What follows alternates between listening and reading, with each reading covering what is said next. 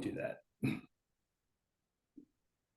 Good morning and welcome to another edition of Badass Marketing with my co-host Angela Dunce. Angela, how are you? I'm great this morning. You are looking lovely in turquoise today. How's it going? It's really been a busy morning already. I heard. Yeah, I've had a busy morning too. I walk the dogs. Yeah, all kinds of craziness. So today we're gonna cover one of my favorite subjects, which is customer service. Um, And one of the reasons why I want to talk about customer service is for many of us, we provide services that are very difficult to differentiate from every other person on the planet that does digital marketing, that does accounting, that does bookkeeping. And, most people, I'm going to go with that generalization, will differentiate themselves by price, right? Assuming that the best way to get more clients is to just be the low cost provider. And I think in previous conversations, we've talked about, competing on price is just a nightmare, right? It just, you make less money. If you're competing with a big player, they can always drop their prices, wait for you to go out of business and then just raise their prices again. So clearly that's not the way to go. And yet one of the areas that is so obviously clear that you can differentiate your business, in the competitive landscape is service and support. How, tell me, what do you get good customer service? Oh, Because I've had a week, way to so go I'd ahead and love to open hear. that can of worms right away. You Yeah. know, I through college, I was part of a wait staff, right? So I could tell you a great deal about customer service. People Yeah, were I was a super waiter and a demanding. bartender, so I got similar stories. Oh my Exactly. gosh. So people had such crazy demands of us. But when you're on the other side of it and you're a customer, it's really hard to get good customer service. But And let's stick with the waiter bartender example, right? When having been one, and you are on the other side of the table, you're like, oh my God, all you have to do is be attentive, like, because and recognize really bad waiter, waitress, you know, whatever the political term is. I'm guessing it's just waiter. So to be politically correct, we'll stick with waiter. But like, oh my God, all you need to do is make eye contact or maybe come back to my table once, right? yes, So having been on we the seem service to be side, very forgiving. yeah. Well, we're forgiving and critical at the exact same time because Yes, we also true. understand that a minimum level of service is not that hard to do, No. right? How many times have you been in a restaurant where you're spending 20 minutes trying to make eye contact with somebody who I actually believe is avoiding making eye contact? Right? Like, because they're not doing anything. They're clearly not busy. Well, I'm not talking about like trying to, interrupt somebody while they're serving a table of 12. I'm talking about someone who's sitting at the counter and just not looking at the room. Yeah. Right. So, the thing is, if you've been a service provider and you're on the other side as a customer, like this is not that hard to do, right? Basic level of care should not be that hard. So, for me, I'll be forgiving for a wait staff person if clear like they can't control when it comes out of the kitchen. They can't, if it's something that's out of their control, yes, I will be absolutely forgiving. If it's a case of they're just not even doing anything, I'm as critical as hell. Right. So because it's like I've been there. I know what it takes to keep, like I've served big rooms and I've kept them happy. And I know it didn't take a whole lot of work. It took work, but it was like, but that was my job. So I didn't think that was an unreasonable request. Right. Well, and so we've established that the bar is fairly low, but there are a couple of key things that are absolutely critical to, it's just common courtesy. If you're at my table, please don't be looking at 20 other tables and the 10 next things you're going to do. Be with me at least for a couple of seconds. Right. Yeah. That's one of them. And, if things are taking longer than they have to, come and talk to me and say, can I get you another drink? And whatever it is, you know, be honest with me. And I think that's the same for us. If things aren't going well, you need to be proactive instead of avoiding. I agree. Communication is the utmost important aspect of service. So I had two experiences this week around customer service. One was horrific, and I'll get into that later. And the other one, let me tell you this one, okay? Because like when you're all ready to be a mad dog over something and they do something good and you're like you're almost disappointed, So speaking of mad dog, right? So I'm on social media all the time. So I see a whole bunch of ads, and most of them are for stuff that like clearly, they don't do anything. But this one, so we have two dogs. And the nicest thing I can say is they're a handful, right? That's the nicest thing I can say. They're challenging at times, but they're And they're puppies and we're still working on it. puppies. Yeah, but we're working on it, but it's hard. So I'm on social media and the ad comes across and it's selling me like the dog whisperer is going to help me with all my problems. And normally I would ignore stuff like this, but I have a prime example like sitting in front of me, bugging me about it, and I'm like, oh my god, you know. And the price was very reasonable, so the price was next to nothing. So I'm like, what have I got to lose? Why not? Let me, I'm going to try this. The amount of money that they were asking for, it was an ebook, that kind of thing. I don't have high expectations that I'm going to solve all my dog's problems, but like if I get one good thing out of it and it helps, it'll be worth the money I spent. So I go through, and this is one thing that I'm going to tell you, just don't do. I go through about 7 landing pages because so there's a basic offer, right? Which I wanted and I was happy with. And then I go to try to check out and like, wait, before you go, and they're trying to upgrade me. And Oh that my just brings me God. to another landing page and another. So I'm already starting to feel like, yeah, this was a bad idea. Right. So I get through, I mean, seriously, like 7 pages of trying to upgrade me. Right? But I finally No. get to the checkout page. It doesn't work. Right.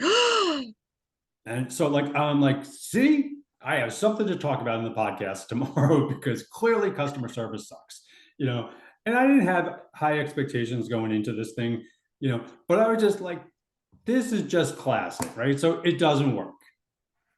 So being me, I can't leave it at that, right? So I email them immediately and say, look, I tried to sign out, it didn't work, what's the deal, right? And I left it at that. I had no expectations of a response or anything like that. And, being my next story, clearly I, don't expect any kind of responses reasonably, right? So I'm telling you, within 30 minutes, I got a response.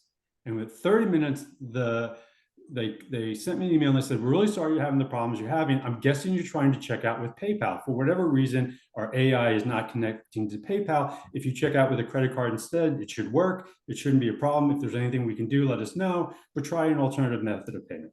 This was like within 30 minutes of my email, So sure enough, I'm like, all right, let's test this theory because I still don't believe it's going to work, but let's test this theory. So instead of using the PayPal option, I use my credit card and I go through the process, go through again, 7 more screens of trying to upgrade me, but Oh my no, God. thank you.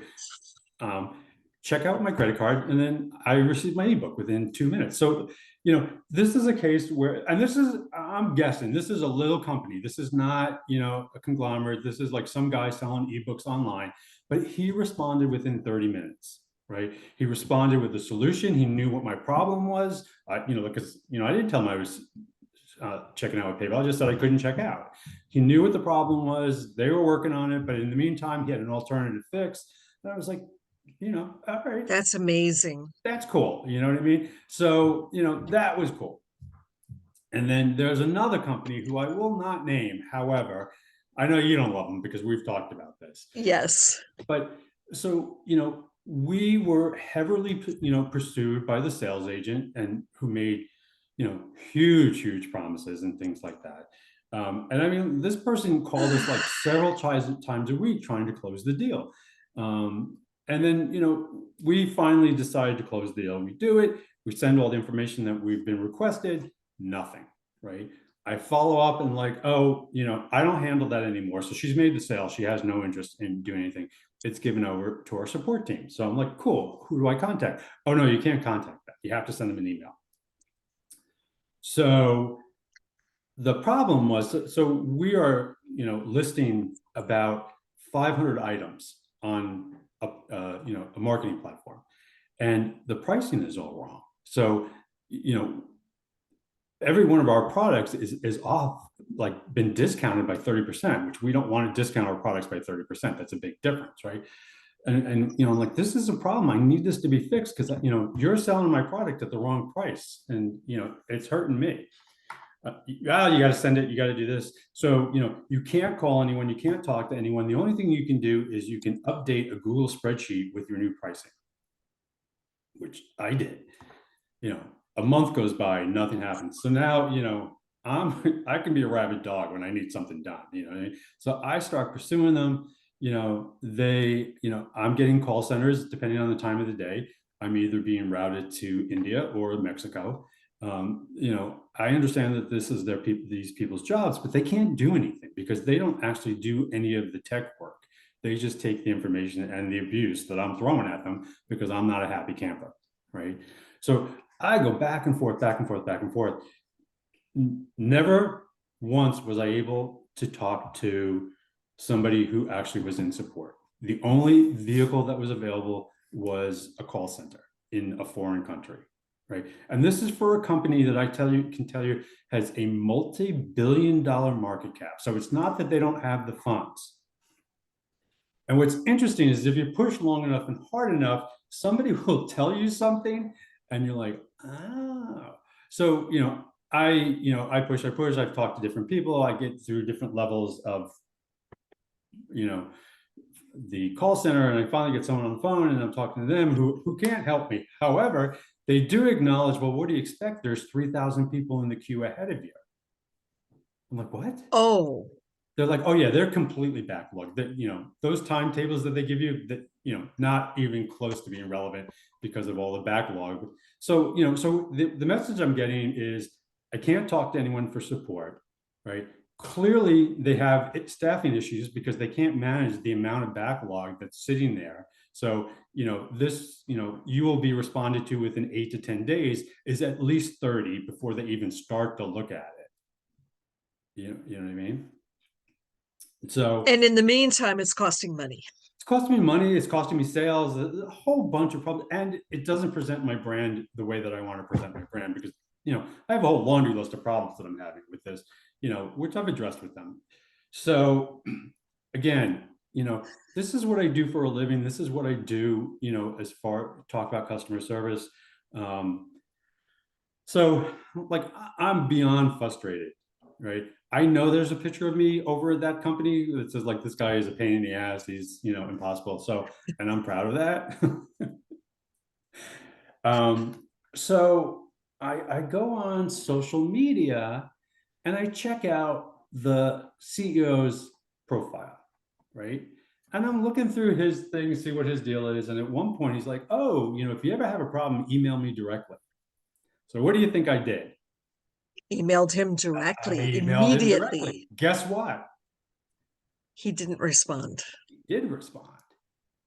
And guess who's helping me? Like all of a sudden, customer service is, so now that I've got the CEO's email, and I'm sure he doesn't read them, someone else is reading, but I got it high enough that I was now on somebody's radar, right? So theoretically, and I don't have, they did fix the pricing issue within 24 hours. They haven't fixed the other issues, but I have a direct contact and now that kind of thing. But, the point is, this is a multi-billion-dollar market cap company, right? That, you're not allowed to talk to support. So customer service, let's talk about customer service. Which do you want to be? I got a small guy working out of his home, right? Selling eBooks. And that guy can make it a point to respond to me within 30 minutes and even can fix my problem. And then I have a multi-billion-dollar market cap company that I've been talking to for no less than 2 months, trying to resolve the problems that I'm having, that, has only started to show a little bit of light now that I have sort of the CEO on the radar, or on somebody's radar, right? I'm sure it's not a good picture, but I'm on their radar, right? Who do you want to do business with? Yes. And the thing is the choices are endless these days. We They can work are with and they aren't, just, right? Because I'm going to disagree with you on that one, because I'm going to name this company because everybody knows them, right? Do you have Gmail? yes, Can you call anyone when you have a problem with Gmail? nope, Nope. When you have a problem with Google Ads, can you call anyone? nope. Nope. Well, let's talk about LinkedIn. Can you call anyone? Nope. Nope. So, these big companies, that service and support is not an issue, right? So if you're so who would you rather do business with? Somebody that can help me, Right. somebody that can support me.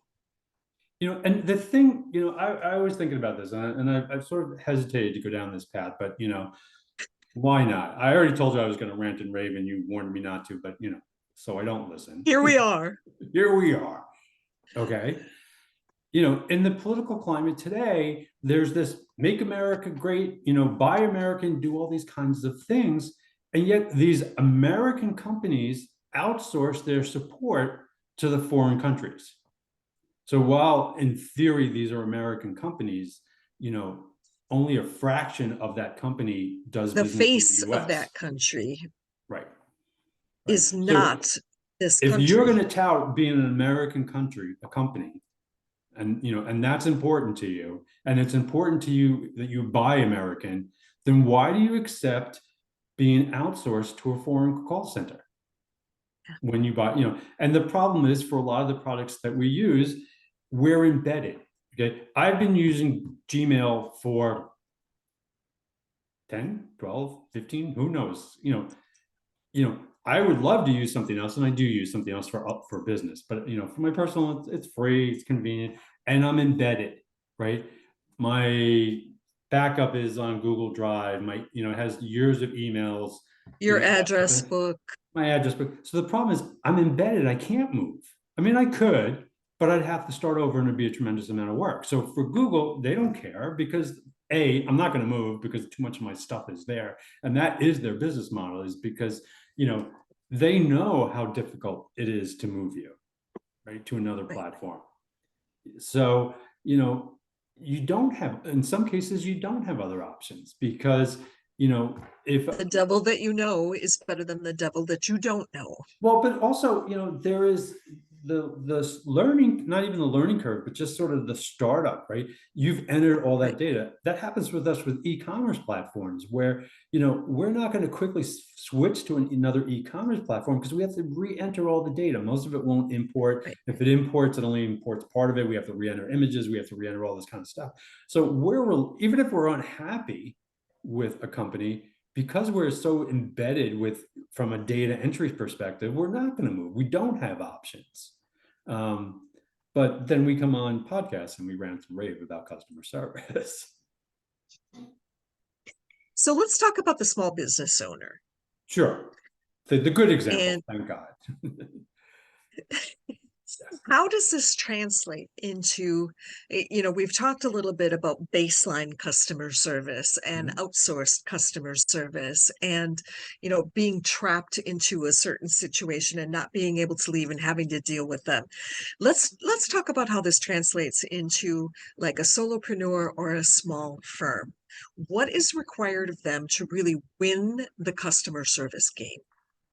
Consistency, right? You have to, That's such a good word. there's two things: communication and consistency, right? I'm going to give you another example that I perceive to be customer service. You may not agree with me, but I perceive to be customer service. Okay. It's from the other end of the spectrum, which is indicative of the fact that this is a culture thing within the organization, that, depending on what department you're working with, right? So this is on the complete other side. And and they are my customers, but I can tell you from a culture perspective, based on what I see, I know what their customers are experiencing. So I have two clients, right? One client is forever slow in paying. They promise to send something, they don't. You chase them, chase them, chase them, chase them. They ignore emails when you inquiry about the status of a payment, that kind of thing. And this is a client I've had for a very long time, and I just know this about them. I'm aware of it, but it doesn't make it any easier. And and like every other company in the world, that means I have cash flow problems because I'm not being paid timely, right? Yet I have another company who is a smaller company that sometimes they're a small company, they have cash flow issues. But when they do, they call me up and they say, look, we're having a bad month. I can't pay you all at once, but can I pay you, a little bit every week? Can I pay you next Tuesday? Right? They always proactively contact me and say, here's where we're at. What can we do? Right. So, I will do pretty much anything that the second company needs to accommodate them. And they actually still pay me a lot faster than the first company anyway. Right. But they communicate, they're upfront with me. And this is a company culture where like they know and respect that, it's another small business. Then, small businesses are very dependent on their cash flows. So, they're always apprising me of like, here's where we're at. Can you wait? Can can it be a week later? That kind of thing. And we're like, we will work with you. We'll figure it out and we'll deal with it. The other company, like, I don't go out of my, they're a customer of mine. They're fine. I don't go out of my way to do anything special for them. Right. I have a sort of, probably some kind of passive aggressive response to them at this point because of the way that they pay me. So I don't do anything special for them because why should I? They can't even respect me. They don't pay me on time. And even if they're having problems, right, as a business and a cash flow thing, they can't communicate to me and they won't communicate to me, right? So that I can set my expectations of when I can expect to be paid. Yeah, there's a couple of things to be unpacked from this. It's, with the client that doesn't pay on time, it sets up this whole idea that you're not a priority for them. And I think that's something that our clients want to know, is that you are important to me and I'm going to be responsive. And you know what? That client shows up late for meetings. So we'll randomly sit around, like we'll be on a Zoom call with 5 or 6 people of his staff, and he will show up 10 to 15 minutes late. So clearly, no, he doesn't respect our time. Ooh, okay, Right? So sets. it permeates through the entire organization because that is a company culture set at the top. And you see it in other areas. Like you see it the way he feels comfortable showing up late for meetings and having everyone else wait for him. So. Yeah, and the bare minimum or inattentiveness does not work in customer service. No. It's just, we're all busy. The minimum is respect my time, right? If we schedule a meeting, yeah, people show up a minute or two late, that's fine. You know what I mean? I'm pretty good with the first 5 minutes. I can find something to do. When you start getting into the 10, 15 or not even showing up at all, that's a courtesy issue, right? Yeah. You've clearly expressed that whatever you're doing is more important and your time is more important than mine. And does he let you know he's going to be late? No, of course not. Everyone just sits around and waits. No, that's back to that communication thing. Yeah, That's no communication. Right. There's a certain amount of hubris in that. But so I'm experiencing this as a vendor, right? So do you have any reason to believe that his customers don't experience the same thing? Why would he treat them any differently? Right. Clearly, his time seems to be more valuable than that of others. Right. So that's why I'm like, this is a cultural thing, a company culture thing that will permeate through your organization, especially when, it's someone at the top who just can't be bothered. Right.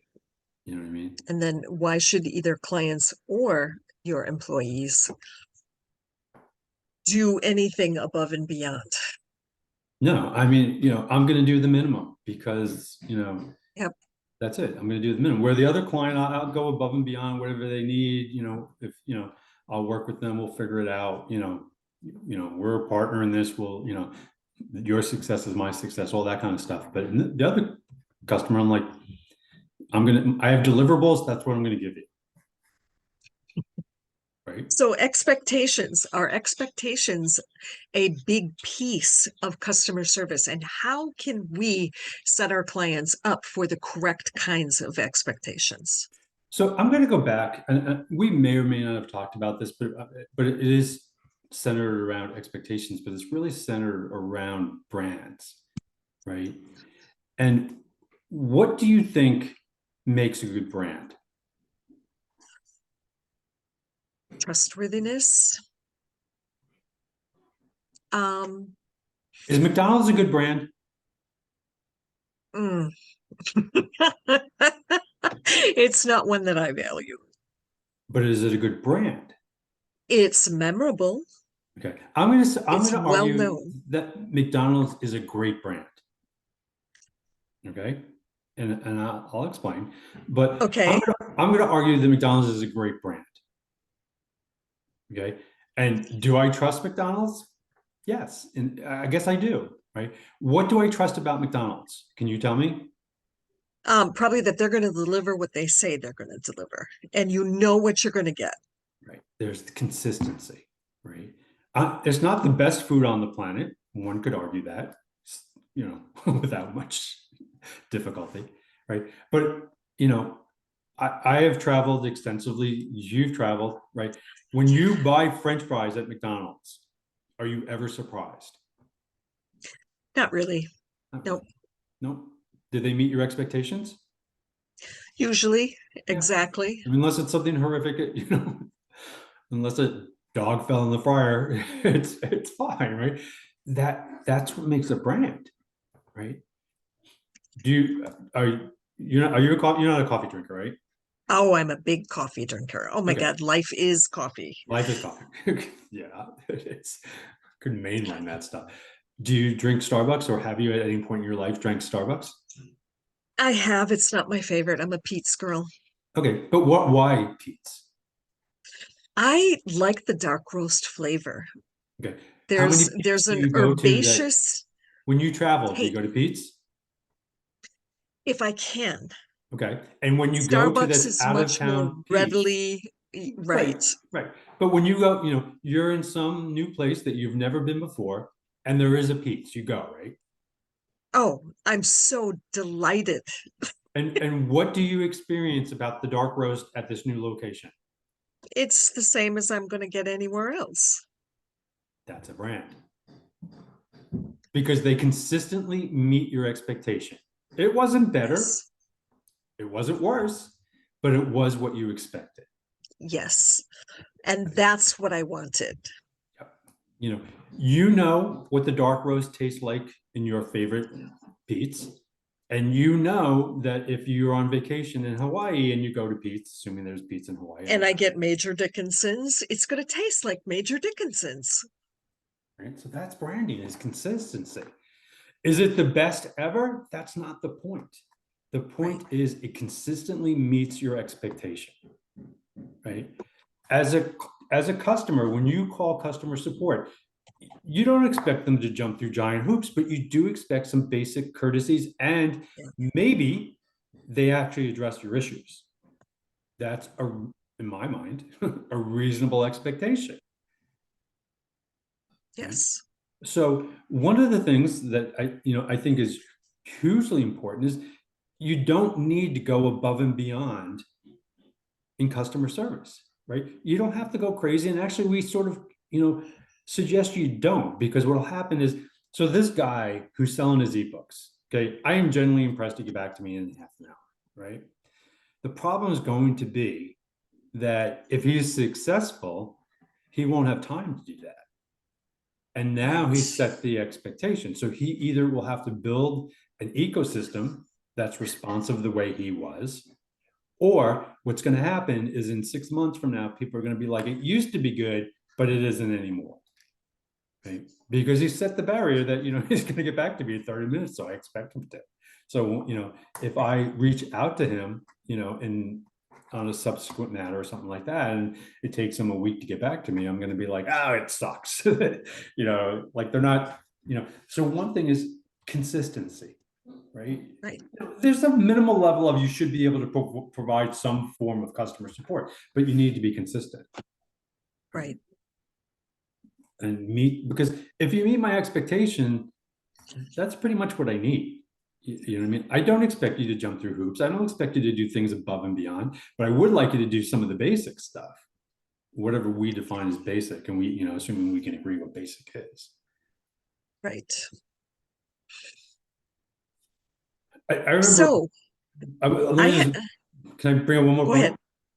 Yes. Way back in the day, in my early sort of career, I remember we were working with, like I have probably taken every self-help business guru kind of come talk to me. I will save you thousands and thousands of dollars because I've tried them all and I can tell you, whatever, right? But I do remember one particular, I want to say it was a consultant, and they came in and they were working on company culture and all that kind of stuff. And like, we're like, yeah, whatever. Right. But I remember he asked us a question, and the question was, who is the most important person in your organization? So what do you got for me? Who's the most important person in your organization? I would be loath to name any one position. Oh no, there is one. There's one that is clearly Well, the most important person. The client is the most important. No, they're not person. in our organization. I'm talking internally in the organization. I'm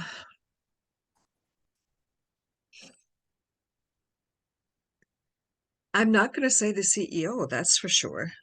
Yeah, no, clearly not. Your lowest level employee. The receptionist. His argument was the receptionist was the most important person in the organization. Client facing. It's the first person that anybody ever interacts with when they reach out to the company. Okay. Yeah. And this was back in the day when we answered the phone. So see, great. And had physical locations. Right. I'm old. We used to answer the phone. There was some poor person's job, that sole job was to answer the phone. Right. But it was the first interaction with the organization. Yeah. If that individual was having an off day, if that individual disconnected you, if that whatever, that was going to color your experience with our organization. Right? Yes. If that individual answered the phone promptly, connected you to the right party, or said, so-and-so is not available, I'll make sure they get back to you, and that person did, those types of things, that is why the receptionist or whoever your first line of contact with an organization is, one of your most crucial employees. For most of us, unfortunately, the first person we engage with in an organization is who? Whoever the practitioner is that we're working with. No, we typically, this is digital. Well, it's the website buy stuff online, first, right? And when do we call? When we have a problem. So we're calling customer support. So for most people, the only interaction they ever have, or initial interaction they ever have with an organization, especially if it, in a digital world, is they call for tech support. Right? Do you think? What do you think of my tech support experience? Like, what do you think I think of that company? Not very fondly. That's a nice way to put that. Yes. Yes. So for, in today's world, tech support is the receptionist, is the first person you touch when you reach out to an organization. And this is your experience. I think, I recently bought a new computer, and within weeks of my new computer died, and I reached out to support, and same thing. It was horrible. It was outsourced. And they told me, this is really what I love, right? So I just spent, computers are cheap these days, but I spent $2,000 on a computer, right? Which is, for a computer, that's a lot. And apparently I was having a software problem and not a hardware problem. And their responsibility was limited to hardware. They weren't responsible for, but they had packaged and sold me the software that was causing the problem. Right. So, that was, the first response I get is, oh, that's not our problem. Am I going to recommend that company to anybody to buy a Nope. new computer? Nope. Absolutely That's not. very disconcerting. Right. And that, and then there's another product that, like, probably not my favorite, but, look at Apple products. Go to an Apple store. They're there. They're teaching classes. There's the Genius Bar. Questionable, but they're the Genius Bar. But I mean, they have dedicated But they're spaces. there. They're there. You can go talk to a live person, right? You bring in your computer, Yes. it doesn't work. Like they're like turning it on, whatever. So the genius figures out that you didn't plug it in, whatever it might be. But they're there, right? And Yes. they're there to help you. Which experience is better? Unfortunately, it didn't color which computer I bought, but which experience would you rather have as a consumer? With a person. With a person or with someone who's willing to, if it's not in person, at least digitally or communications, phone, email, whatever. I didn't talk to the guy who responded in 30 minutes, right? I never spoke to this person. So it was not in person, right? Was not on the phone, but he emailed me and he emailed me a solution within 30 minutes. Okay. And it Top was notch, personal. top notch, right? Again, God love him. I hope he can maintain that as his business grows. His business will grow because he provides good support. And like I said, I hope his business, he figures out how to keep that culture, if he grows and when he grows, because, that'll make or break him at the end of the day. But, it doesn't have, I mean, it's nice that, Apple offers this in person, but it doesn't have to be. I am genuinely happy and satisfied with the response that I got from the ebook guy. Right. My expectations was I wanted to work. He managed to figure out a way to get me to get it to work. Like, oh my God, that's magical. It does what it said it was supposed to do. Like, how bad is customer service where I'm genuinely excited by the fact that he actually did what, like he just helped me check out. Just like, oh, cool. I got support. That's how bad customer service is lacking that we're even excited if we get any. Right. So, if you are a small business, differentiate on your support. Amen. I am the CEO of our company, right? I don't know if you know this, but do you know what my title is on LinkedIn without looking? It's No. CEO, right? I would assume. It is. I'll tell you. I'll give you that. It's CEO. But what's my title?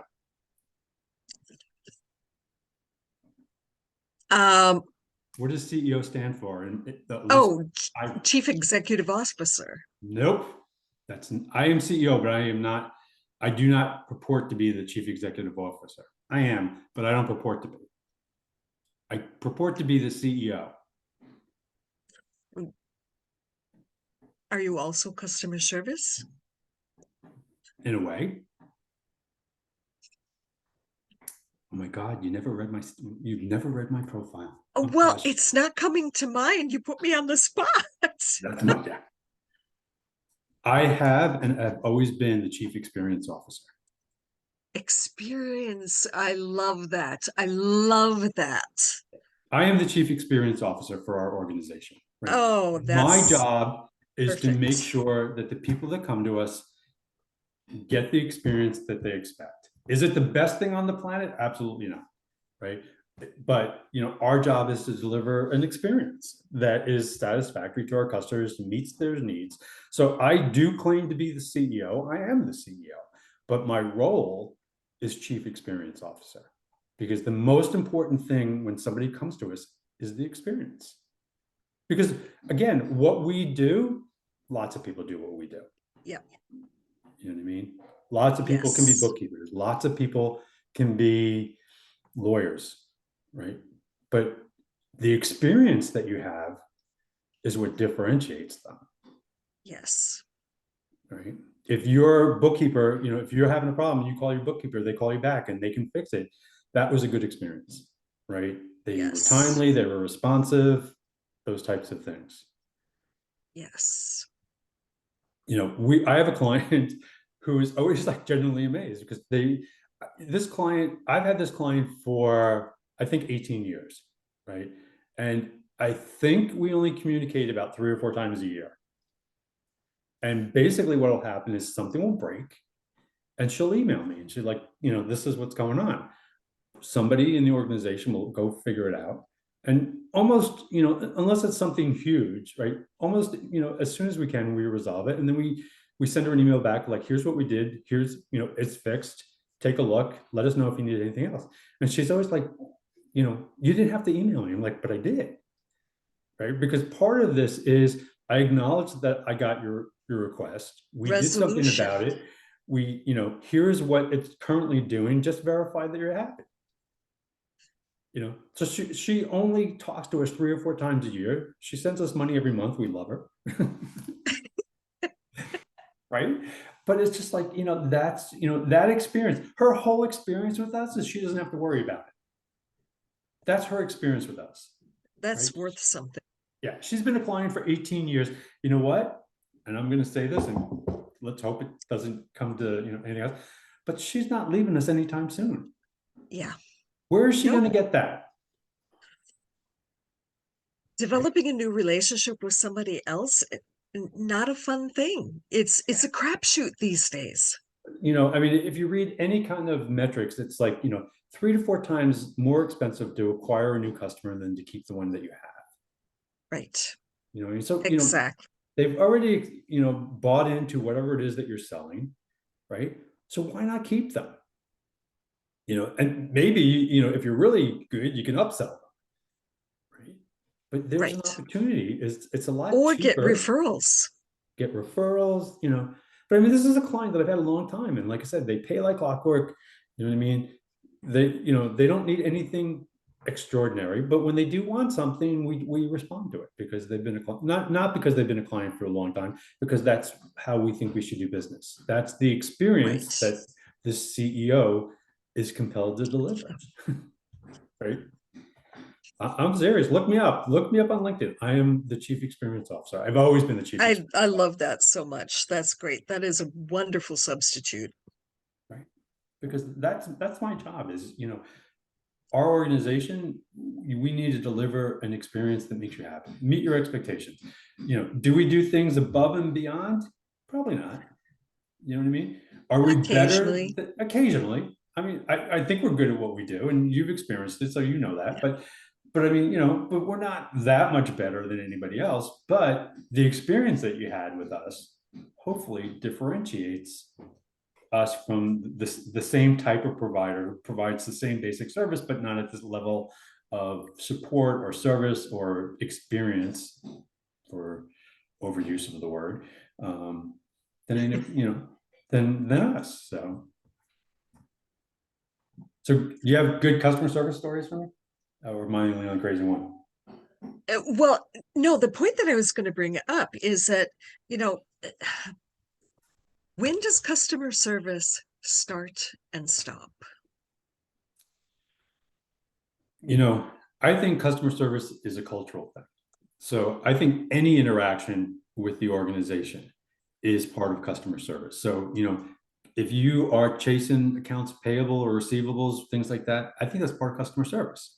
Obviously the salesperson is who may be your initial point of contact, tends to be very nice to you, right? But if they disappear the moment the deal is closed, yeah, I probably have an issue. You know what I mean? Because you sold me a bunch of goods, and now that it's time to deliver, you step away, right? I have an issue with that. And so onboarding can be a super important part of the whole customer service journey. Onboarding is huge, right? Because most of us are challenged. Nobody likes change. So a new relationship is change. And any new relationship, any new change means that there is a certain amount of a learning curve.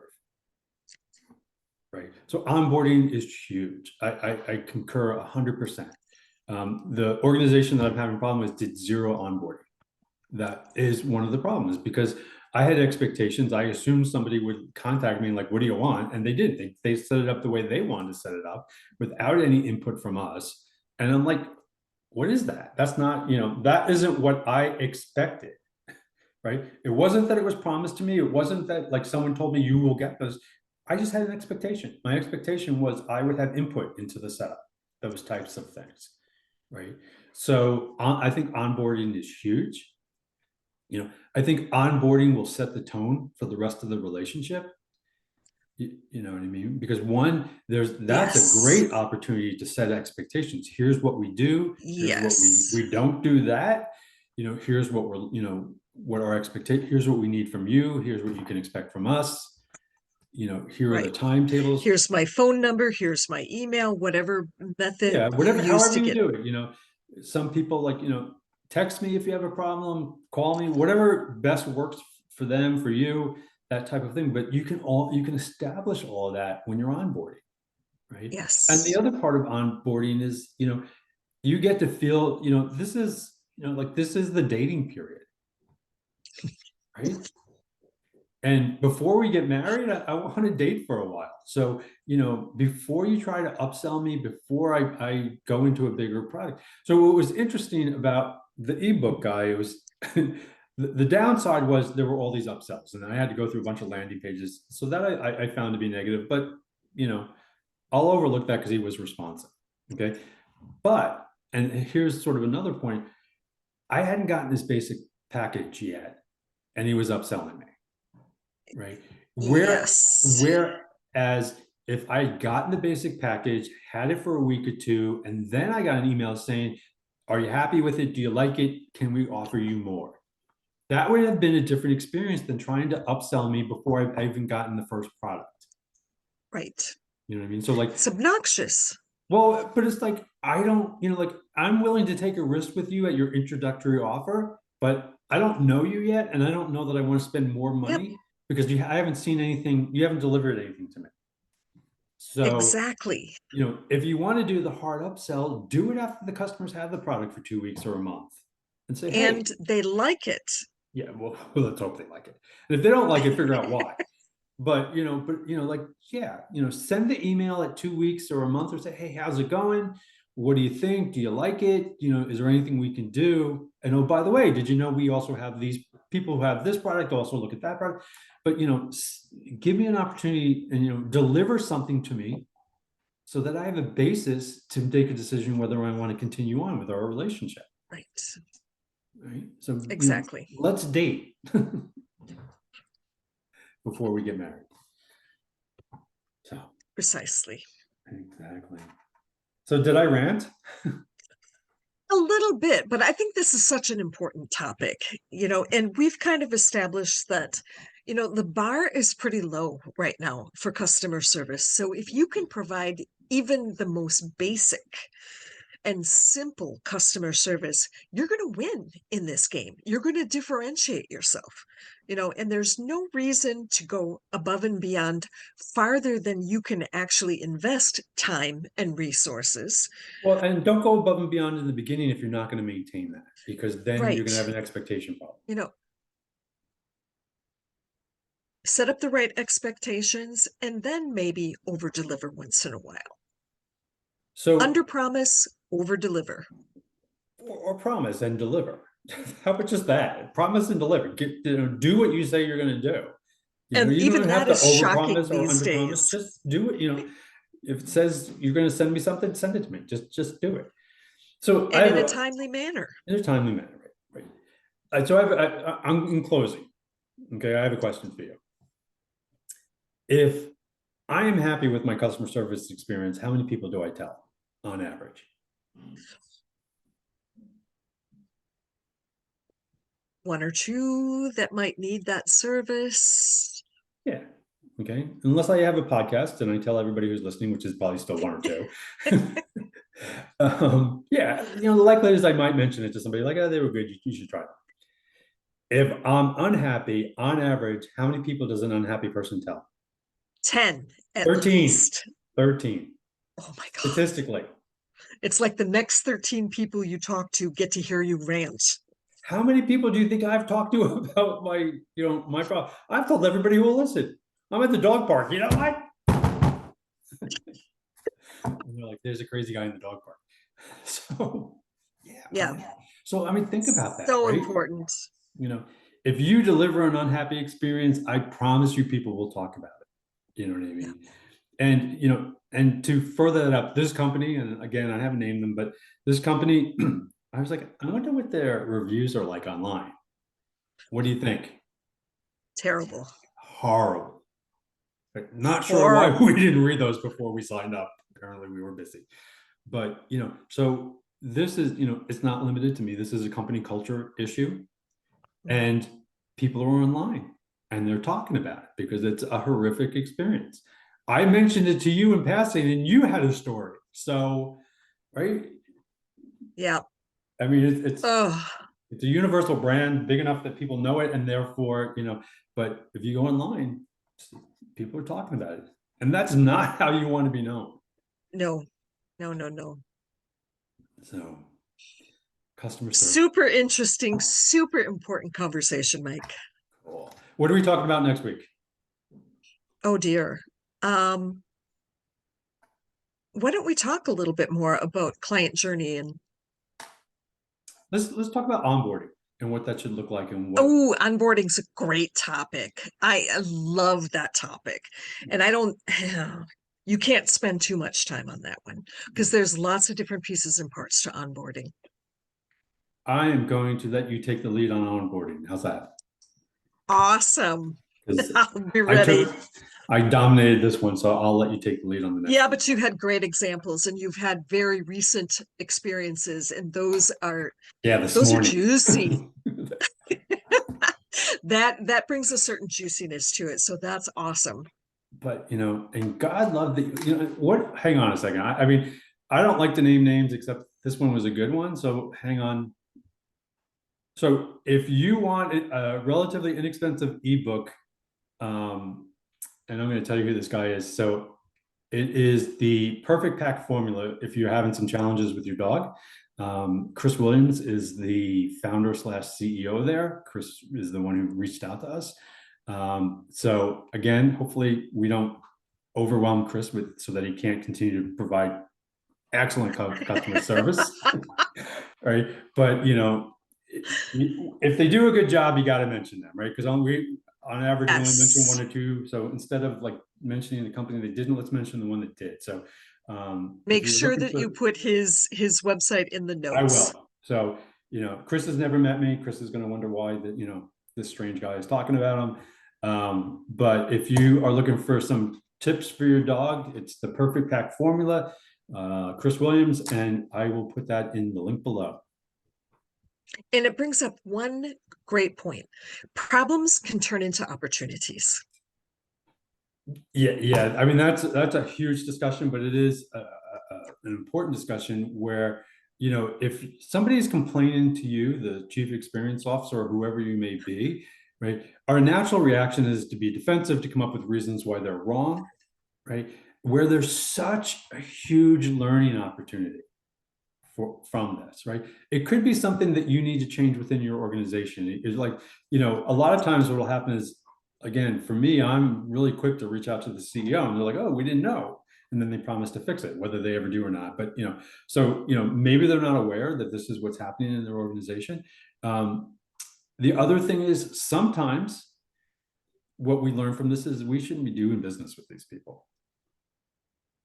Right. Exactly. And I would rather learn that early in the experience, but this is a learning opportunity. Maybe it's something that we should fix on our end, or maybe this just wasn't a good fit, right? Because we've had clients who were unhappy with us. It happens, hopefully not a lot, but it does happen with us. And then when we look at this, sometimes clearly it was us. We did it, we dropped the ball, we do whatever. And sometimes it was the client, and the client's expectations were above and beyond what we were delivering and what we promised to deliver. And there was nothing we were going to do to make this client happy, right? So, the learning experience there was, what, this is not a good relationship, and that, everybody involved would be better served if you found another service provider. right? Exactly. But at least we know And that, it and happens. it does happen. You know, I know you find this hard to believe, but not everybody loves me. I just ended a long relationship this week, Yeah. and And it was perfectly amicable and mutual.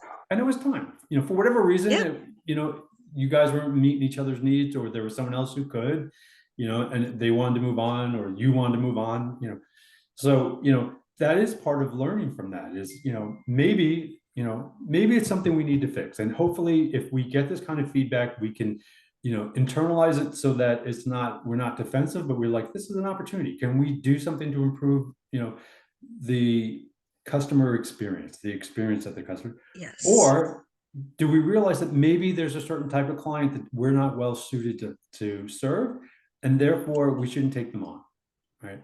Exactly. And You and that's I have talked about this. golden There's certain clients information. I won't take on because I know that the Yes. relationship is not going to be, their expectations and what we want to do aren't going to be the same. So we don't take them on as clients. We will Right. refer them to somebody. We'll send them someplace, but for us, it's not a good fit. And we've been around long enough to sort of recognize that. And Yes. we're like, we love that you're interested in us, but we think you'd be better served over here. Right. And then we send them some, place. So It's better for we find them a everybody. solution, but it's not us for whatever reason. We send them to you. Exactly. The ones we don't like, we just send them over to you. Oh, No, we would never do that to you. I don't provide quite the same service. And again, we wouldn't I'm do not that. touching anybody's website, maybe mine. But like I said, we know there are certain clients that just we don't work well with, and because of that, Right. we try not to take them on because we know that we're going to be frustrated, they're going to be frustrated, and I can't Yep. deliver the experience that I'm claiming we do to those types of clients. So we try to, Yep. not to Set embrace those. everyone up for success, not failure. But the thing is, I can't set everyone up just for success because And that's why you say no. right, because I can't meet everyone's needs. I can meet a certain Right. demographics or certain market segments needs. I can do that. But there's certain segments that I can't meet. And rather than claim that I And their sold to everybody, success is better served somewhere yeah, else. absolutely. And they'll be happier. I'll be happier. I won't have as much grief. It gives me more There time to won't be argue as with tech much companies. stress in your life. The puppies will be happy. I can go to dog park more often and then tell people about my experience. And they're like, oh, that's a crazy guy. He's going to talk about that. He's going to talk about customer service again at the dog park. He's not right. So next week we will talk about Onboarding. onboarding. I don't even remember. Next we'll talk about onboarding. We hope you enjoyed this. Tell your friends. Tell at least one person because hopefully it was a good experience. If you hated it, tell 13, and maybe one of us will check us out and not feel the same way. So tell somebody. Again, we will mention Chris's work in the summary below. So if you want to check them out, I highly recommend it. And let us know what you think of that. Hopefully we don't overwhelm Chris, but I'm pretty sure we won't. So Angela, as always, what a pleasure. You are so much fun, and I'm sorry I dominated. So fun to have these discussions and hash these things through, and I hope it's useful for everyone. I hope so too. Have a good week, everybody, and we'll see you next week. Bye.